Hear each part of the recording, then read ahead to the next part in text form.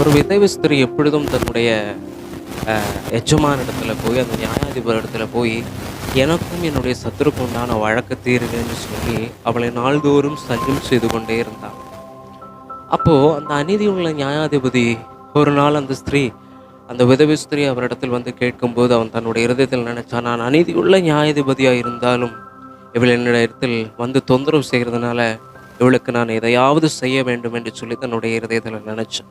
அந்த அநீதியுள்ள நியாயாதிபதி அப்படி நினைக்கும் போது நம்முடைய ராஜா அவர் நீதியுள்ள நியாயாதிபதியா இருக்கிறபடினால நம்முடைய ஜபங்களுக்கும் நம்முடைய வேண்டுதல்களுக்கும் அவர் பொறுமையாய் அல்ல, சீக்கிரத்துல உங்களுடைய தேவைகளை சந்தித்து உங்களை ஆசீர்வதித்து, உங்களுடைய வேலை வாய்ப்பானாலும் சரி, உங்களுடைய எந்த தேவையானாலும் சரி, ஒருவேளை பண கஷ்டமாக இருந்தாலும் சரி, பொருளாதார தேவைகளாக இருந்தாலும் சரி, பிஸ்னஸில் ஏதாவது நஷ்டமானாலும் சரி, குடும்ப வாழ்க்கையிலும் கர்த்தர் அற்புதத்தை செய்ய அவர் வல்லவராக இருக்கிறார். சீக்கிரத்தில் உங்களுக்காக நியாயத்தை செய்கிற தேவாதி தேவன் நிச்சயமாக செய்வார்.